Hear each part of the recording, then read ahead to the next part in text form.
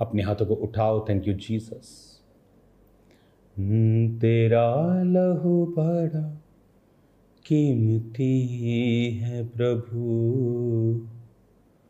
तेरा लहू बड़ा कीमती है, तेरा लहू बड़ा कीमती है प्रभु, तेरा लहू बड़ा कीमती है।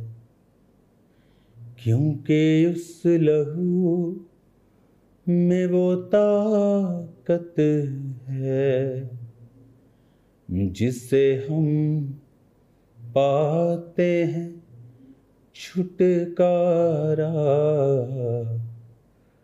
तेरा लहू बड़ा कीमती है प्रभु, तेरा लहू बड़ा कीमती है। अपने हाथों को उठाओ। Thank you Jesus. और कहो पिता, जितना वचन मैं सुनूं, मैं उन वचनों के ऊपर अमल लाकर 100 गुना फलों को लेके आऊं। अंधकार की शक्तियां इन वचनों को चुरा न सके खुदा, तेरे जीवित नाम में हम मांगते हैं। आमीन आमीन। हालेलुया। मत्ती 8 उसकी 5 आयत में लिखा, जब वह कफरनहूम में आया तो सूबेदार ने उसके पास आकर उससे विनती की, हे प्रभु, मेरा सेवक घर में लकवा रोग से दुखी पड़ा है। उसने कहा, मैं आकर उसको चंगा करूंगा। सूबेदार ने उत्तर दिया, हे प्रभु, मैं इस योग्य नहीं कि तू मेरी छत तले आए, केवल मुंह से कह दे, मेरा सेवक चंगा हो जाएगा। मैं भी पराधीन मनुष्य हूँ, सिपाही मेरे अधीन है। मैं एक से कहता हूँ जा तो वो जाता है, दूसरे से कहता हूँ आ तो वह आता है, अपने दास से कहता हूँ ये कर तो वह करता है। ये सुनकर यीशु को हैरानी हुई जो उसके पीछे आ रहे थे। प्रभु यीशु ने उनसे कहा, मैं तुमसे सच कहता हूँ, मैंने इज़राइल में भी ऐसा विश्वास नहीं देखा। हालेलुया। इस मसीही जीवन में, इस मसीही लाइन में मैंने एक बात देखी है कि जब भी आपको छुटकारा होता है या आपकी लाइफ में कोई मिरेकल होता है, उसके पीछे आपका पर्सनल फेथ ज़रूर होता है। या एक ऐसा व्यक्ति जिसके लिए कोई खास विश्वासी फेथ रख रहा है, जिस तरह आपकी माता जी हो सकती हैं, वो फेथ रख रहे हैं कि मेरा बेटा नशों से आज़ाद होगा, लेकिन ये एक अलग डिलीवरेंस है। लेकिन अपनी पर्सनल लाइफ में मैंने नोटिस किया है कि जो डिलीवरेंस है वो फेथ से जन्मती है हमेशा। यहाँ परमेश्वर क्यों खुश हुए उससे? अगर इसको कोई शारीरिक व्यक्ति पढ़े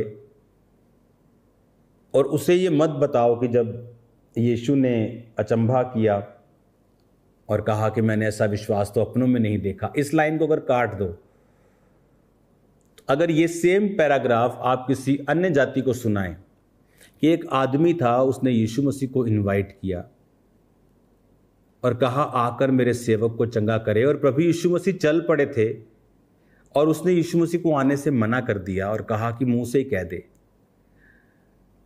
मैं डेफिनेटली कहता हूं, वो आप किसी को भी ये बात सुनाएंगे ना, तो सब कहेंगे कि जीसस क्राइस्ट गुस्सा करेंगे, उसको अच्छा नहीं लगेगा।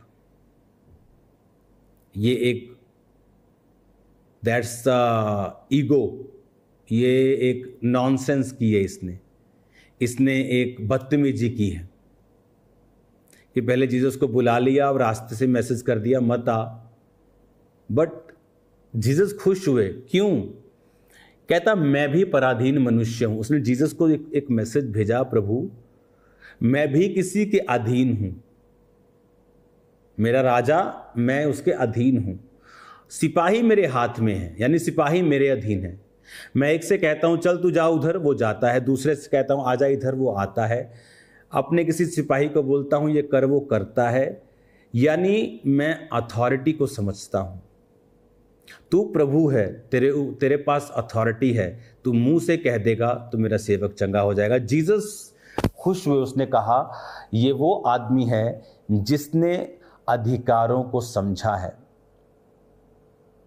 जिसने जिसने ये समझा है कि मेरे पास दुष्ट आत्मा को निकालने का और बीमारियों को निकालने का अधिकार है, तो परमेश्वर उल्टा खुश हुए।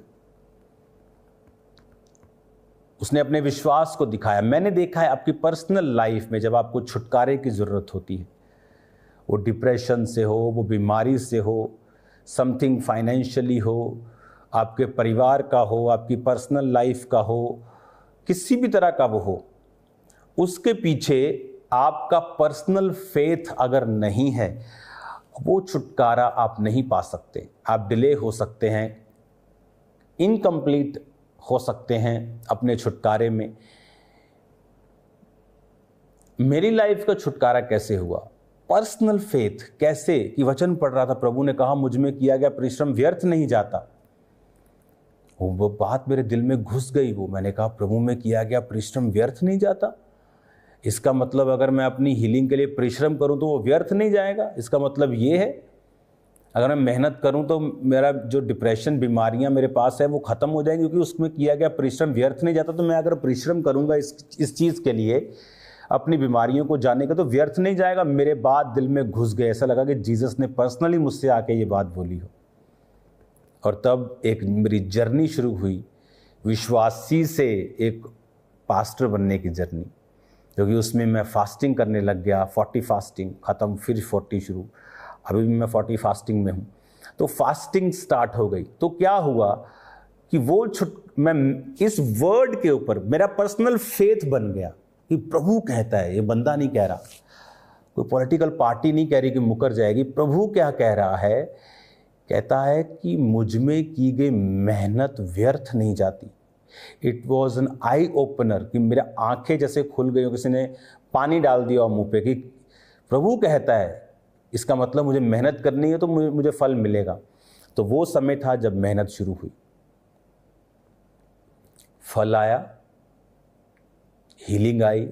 उसी सेम ईयर 5वीं बार मैं उस 40 फास्टिंग में था, या 5 पूरे हो चुके थे, 6ठी बार था, तो परमेश्वर ने मुझे आज़ाद किया। समटाइम आपका फेथ होता है जो लैक करता है। और वचन कहता है विश्वास सुनने से। किसको? आप गवाहियाँ सुनते हैं, वचन सुनते हैं, वीडियो टेस्टिमनीज को सुनते हैं, विश्वास पैदा होता है। कई बार सुनना मसीह के वचनों से, वो गवाही भी हो सकती है और वचन भी हो सकता है। मेन वो वचन की बात कर रहा है। जब आप गवाही सुनते हैं और वचन के बीच से वो बोलता है कि प्रभु ने ऐसा लिखा है तो मैंने ऐसा कहा, वो भी एक सुनना मसीह के वचनों से ही, आप वचनों को ही सुन रहे हो, डायरेक्ट या इनडायरेक्ट। लेकिन वचन को डायरेक्ट पढ़ना तो मतलब द बेस्ट। विश्वास सुनने से, सुनना मसीह के वचनों से। जब आप वचन को कई बार पढ़ते हैं तब भी आपके अंदर विश्वास पैदा होता है। परमेश्वर कई बार वेट करते हैं कि आप एक पर्सनल स्टैंड लें अपनी लाइफ में। वो चाहे पवित्रताई को बढ़ाने का हो, प्रार्थना बढ़ाने का हो, मेहनत करने का हो, वो आपका फेथ शो करता है। टाइथ बोने का हो, बहुत सारे लोग फैमिली टाइथ नहीं बोती, फाइनेंशियली इतना ब्लेस वो हो सकती हैं, जैसा परमेश्वर ने कहा कि मैं रखने की जगह नहीं होगी तेरे पास, इतनी बरकत दूंगा। एक्चुअल में वो वचन को लोग प्रयोग नहीं कर रहे हैं, क्योंकि उन्हें लगता है कि tithe is from old testament. लेकिन वचन ऐसा नहीं कहता। टाइथ ओल्ड टेस्टामेंट से भी पहले का है। ओल्ड टेस्टामेंट में लिखा है व्यभिचार ना करना, लेकिन यूसुफ के टाइम तो ओल्ड टेस्टामेंट भी नहीं था। तो कुछ चीजें आपके विवेक में डालकर परमेश्वर ने भेजी हैं। तो अगर फैमिलीज उसका प्रयोग करे, एक इंडिविजुअल उसका प्रयोग करे, तो वो मिलियनेयर बन सकता है, वो आगे जा सकता है, बरकत पा सकता है। सिर्फ पैसा ही सब नहीं होता, लेकिन अगर धर्मी के हाथ में हो जाए वो बड़े काम कर सकता है। Money is a defence. लेकिन जब तक उस वचन को आप पर्सनल बनाकर उस पर फेथ बिल्ड नहीं करते कि प्रभु कहता है अगर मैं टाइथ दूंगा तो इतनी ब्लेसिंग देगा, रखने की जगह नहीं होगी, इट वॉज आई ओपनर हो सकता है। गरीबी के श्राप को तोड़ने के लिए एक परमाणु हथियार हो सकता है, अगर मैं इसको अपना व्यक्तिगत बना लूं कि प्रभु के वचन में लिखा है कि वो गरीबी के श्राप को तोड़ेगा, फिजूल खर्ची को तोड़ेगा, रखने की जगह नहीं होगी, इतनी बरकत देगा, वो डैम गेट्स को खोल देगा। हिंदी में लिखा ना, आकाश के झरोखे, मतलब डैम गेट्स बोल रहा है। डैम के पीछे पानी आगे सूखा भी हो सकता है, तो परमेश्वर डैम गेट बंद कर देता है जो टाइट नहीं देते। जब वो टाइट देते, उसने कहा मैं डैम गेट खोल दूंगा, इतना पानी दूंगा रखने की जगह नहीं होगी, ब्लेसिंग्स का फ्लड आ जाएगा तेरे पास। लेकिन इस वचन को व्यक्तिगत बनाना इंपॉर्टेंट है। जब तक एक वचन को मैं व्यक्तिगत बना के उस पर फेथ नहीं करूंगी, वचन ये कहता है तो कब पूरा होगा। और वचन पढ़ना, वचन सुनना, गवाहियों को सुनना, वचन विश्वासी लोगों के साथ रहना, वो विश्वास को पैदा करता है। जब आप विश्वास में चले जाते हैं, उस समय आप विश्वास के ऊपर जब स्टैंड ले लेते हैं, देन चीजें आपकी लाइफ में बदलनी शुरू होती हैं। हालेलुया। यहां पर एक विश्वास की प्रभु ने बात की कि इज़राइल में भी मैंने ऐसा विश्वास नहीं पाया। फेथ, हर एक मिरेकल के पीछे फेथ। मैं प्रार्थना करूंगा, मैं मेहनत करूंगा, प्रभु मेरी मेहनत को व्यर्थ नहीं होने देगा। वैसे ही हुआ, एग्जैक्ट वैसा हुआ। और मैं आपको एक बात बता दूं, 40 फास्टिंग के दौरान प्रार्थना 2 घंटे, 3 घंटे, 4 घंटे, 6 घंटे, 8 घंटे भी कई बार,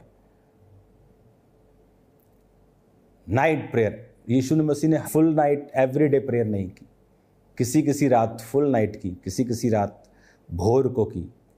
मेरी भी प्रार्थना ऐसी थी, कभी फुल नाइट, कभी रात को 3 बजे तक, कभी 2 बजे तक, कभी सुबह को। मोस्टली मैं रात को करता था प्रार्थना। लेकिन मैं आपको जो बात बताने वाला हूं, चाहे मैंने फास्टिंग की, घंटों प्रार्थना की, चर्च अटेंड किया, लेकिन मैं आपको बताता हूं, मेरे माइंड में मेरे को 5% भी ये गारंटी नहीं थी कि मेरा काम होगा। बड़ी देखो हैरानी वाली बात है ना। इधर मैं 40 रोजे रख रहा हूं, बॉडी को जला रहा हूं ना, और उन रोज़ों में मुझे काम भी करना पड़ता था कि मैं अपने बिजनेस को चलाता था। तो ऐसा नहीं था कि फास्टिंग करके मैं बैठा हूं। मेरी कौन सा चर्च थी, मैं एक बिलीवर था, और उस घर का बिलीवर था जो मसीह के विरोधी थे। तो आप सिचुएशन समझ सकते हैं। तो उस समय माइंड में फेथ नहीं था। लेकिन आपके माइंड में क्या है इससे मतलब नहीं जीसस को, आपके कर्म क्या हैं। माइंड में शैतान कुछ भी डाल सकता है, आपको लग सकता है ये काम नहीं होगा। अब अब्राहम के माइंड में क्या था कि अब नहीं होगा, और जब प्रभु ने कहा ये होगा, उसने कहा इश्माइल तेरी दृष्टि में बना रहे कि अब क्या बेटा होगा, ये बूढ़ी होगी, मैं बूढ़ा हो गया, उसका मासिक धर्म बंद हो गया। लेकिन मायने ये किया कि अब्राहम अभी भी प्रभु की उपस्थिति में था, खुश था, आराधना कर रहा था। तो वही हाल मेरा था, दिमाग में मेरे था। लोगों को लगता है आपके अंदर बड़ा फेथ होगा जी, आप इतनी चीज़ें आपने पा ली, आप बड़े महान विश्वासी थे। अरे भाई, मेरे को 1% विश्वास नहीं था कि ये काम हो सकता है। पर मेरे कर्म डिफरेंट थे। कर्म वही थे, रोज़े, प्रार्थना, पवित्रताई, चर्च कभी मिस नहीं किया।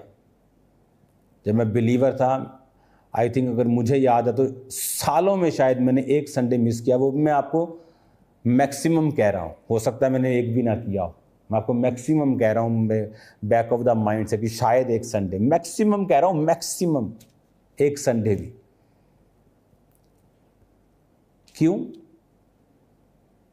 उसको नहीं प्रॉब्लम कि आपके दिमाग में क्या चल रहा है, आपके कर्म कैसे। दिमाग में मेरे हो प्रभु करेगा ही करेगा, कर्म ना बाइबल, ना प्रार्थना, ना रोजे, ना प्रेयर, नथिंग, वो नहीं होगा, चाहे आपके दिमाग में जितना मर्जी फेथ हो, क्योंकि विश्वास कर्मों के द्वारा सिद्ध होता है। तो कई बार आपको लगता है कि this situation is impossible, but आप प्रेयर कर रहे हैं, आप फास्टिंग कर रहे हैं,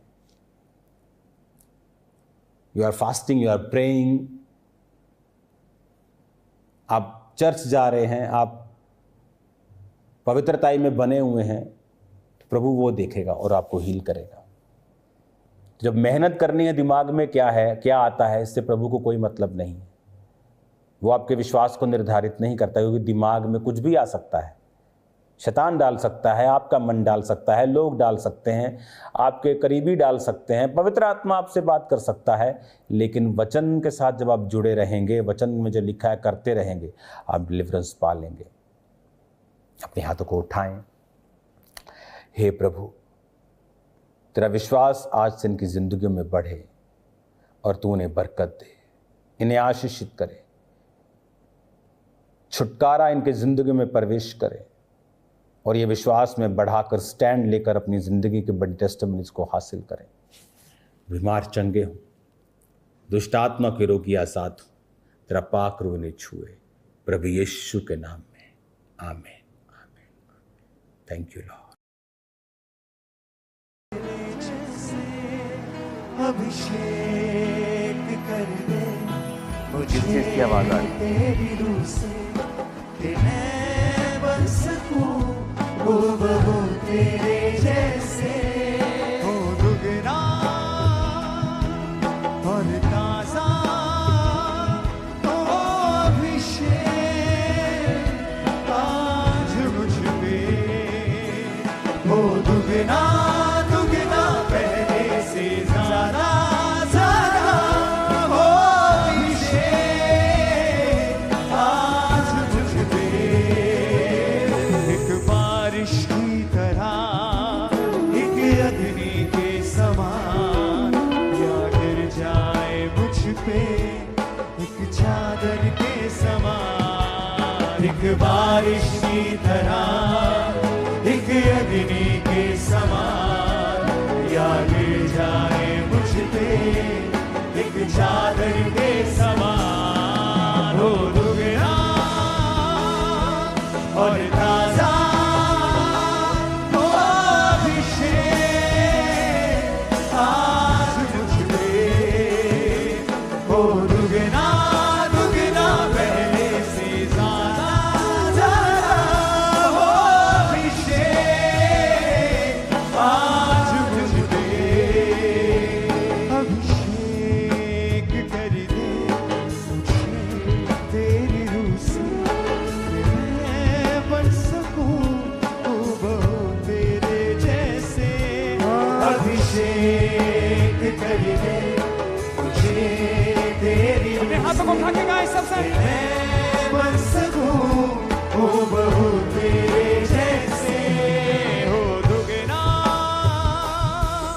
और ताजा, हो अभिषेक आज मुझ पे, हो दुगना दुगना पहले से ज्यादा ज्यादा, हो अभिषेक आज मुझ पे, हो दुगना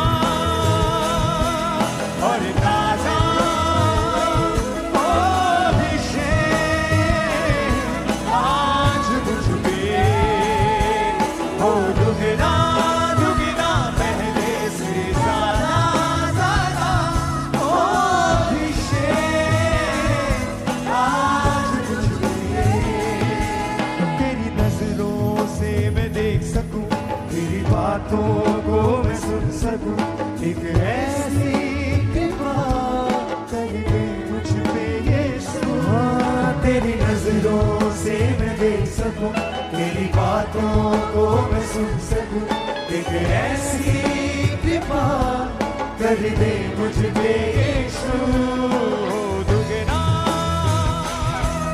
और ताजा, हो अभिषेक आज मुझ पे, हो दुगना दुगना पहले से ज्यादा ज्यादा, हो अभिषेक आज मुझ पे, सजाए, हो दुगना दुगना पहले से ज्यादा ज्यादा, हो अभिषेक आज मुझ पे, हो दुगना दुगना पहले से ज्यादा ज्यादा, हो अभिषेक आज मुझ पे, अभिषेक कर मुझे तेरी रूह से कि मैं बन सकूं हूबहू तेरे जैसे, अभिषेक कर दे मुझे तेरी रूह से कि मैं बन सकूं हूबहू तेरे जैसे, हो दुगना और ताजा,